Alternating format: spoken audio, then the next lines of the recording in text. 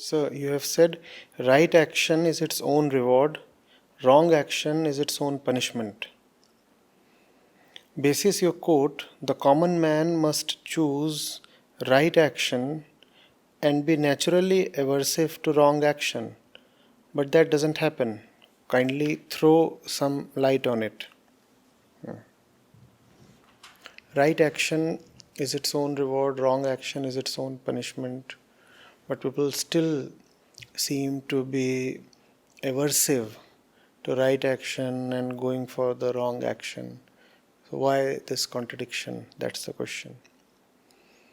To whom are these rewards or punishments coming? You have to understand this. If someone has lived an entire lifetime based on wrong decisions, wrong actions, then what is it that has started appearing right to this person?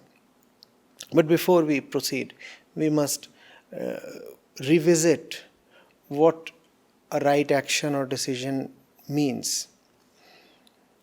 Right action is action that brings peace and relaxation to you. Right action leaves you with a reasonless contentment.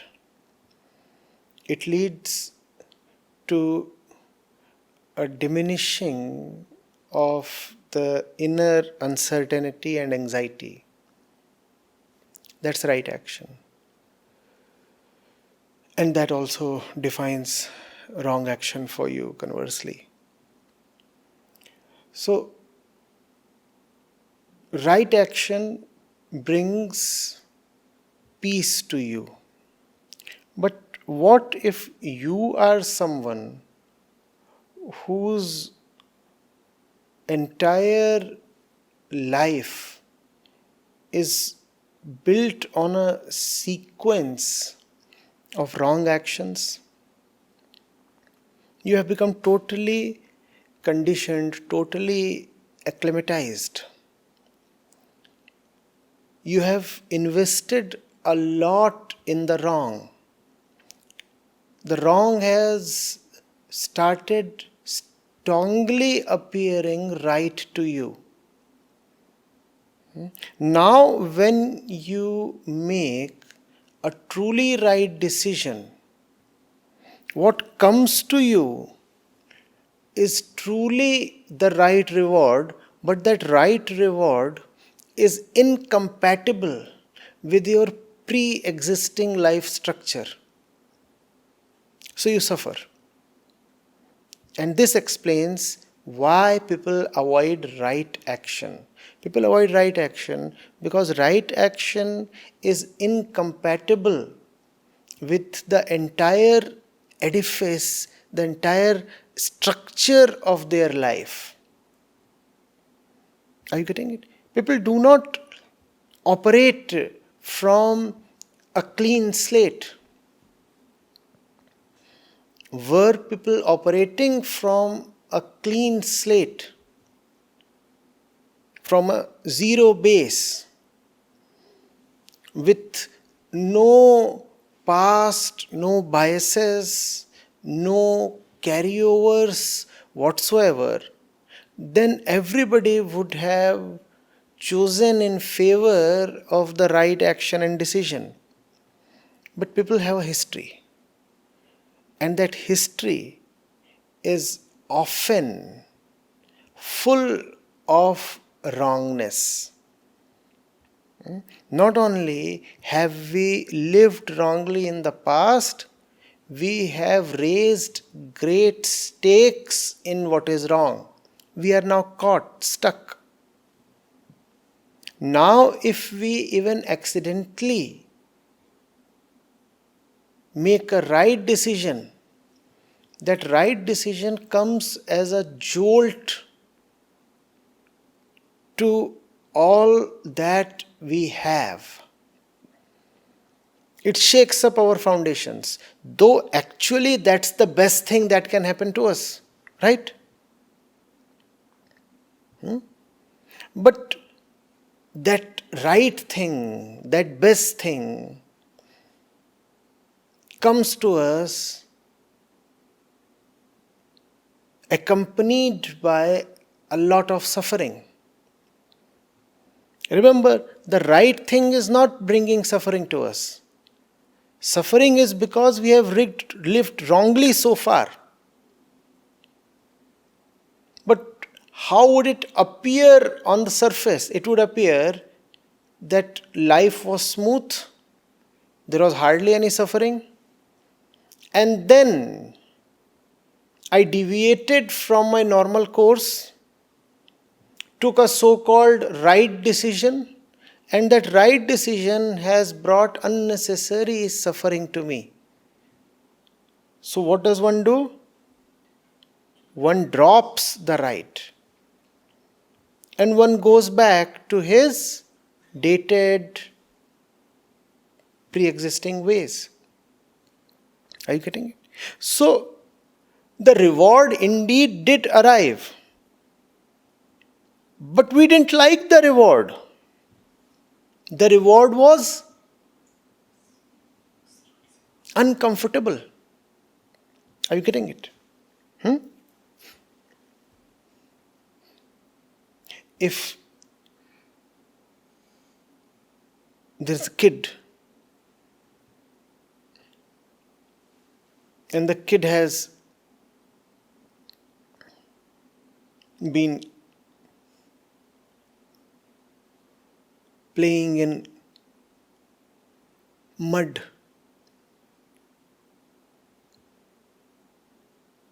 all drenched, the kid comes back.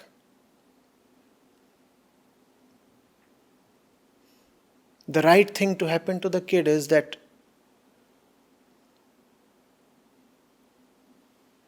he's put in the bathtub and then scrubbed, shampooed. That's the right thing. But this right thing will make him uncomfortable. It will make him uncomfortable, and he was very comfortable with all the mud and dust sticking to him, plastered to his body. Was he not? There was a stink arising from his clothes. But he had grown used to it over 4-5 hours. And after playing in the mud for so long, he was tired. He wanted to sleep. But the mother picked him up, put him in the bath, and the scrubber was really hurting, was it not? And some of the shampoo entered his eyes, and the eyes burnt. So the reward did come. If you are so unclean, is cleanliness not a reward? So right action is its own reward. What was the right action? Taking a bath was the right action. What is the reward? Cleanliness is the reward. So reward definitely came, but the reward made the person uncomfortable. Now you know why people choose the wrong. Even though the right thing definitely brings its own reward. But who likes that reward? We are lazy people. We are lazy people and often dirty too. Lazy and dirty. Think of the kid. The kid is dirty and feeling too lazy to take a bath. That's how most of us are. Right? Now look at the wrong action in the same condition. The wrong action is, yes, you can go and happily sleep now. You can go and happily sleep and spoil the bed sheet as well, and the pillow covers as well. Now the wrong action has come along with punishment. What is the punishment? One, you will keep stinking. Second, your skin will suffer. Third, you have spoiled the bed sheet and the pillow and everything. But this wrong action, the kid will feel quite happy and comfortable with. So the punishment is there, but what if you start liking the punishment? What if you start liking the punishment? Are you getting it? Now think of an imagined and ideal scenario. If the kid is not yet drenched in mud and he is given an option, do you want to stay clean or do you want to stay dirty? What would he choose? He would choose cleanliness.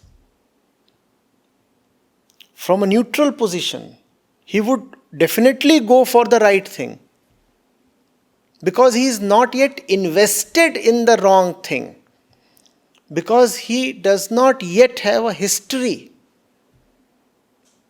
He is at point zero. He is at time zero. At time zero, it is quite likely, quite possible to take the right decision. But please understand that none of us operate from a clean slate. None of us operate from point zero. We have a history, and the history has become us. That is what is called conditioning, right? Your history takes your name. You are no more a free being. You are somebody who is determined by his history. And if you are determined by your history, then it requires discipline and determination to take the right action. Then the temptation to take the wrong action is very high. Most people succumb to that temptation. You should not.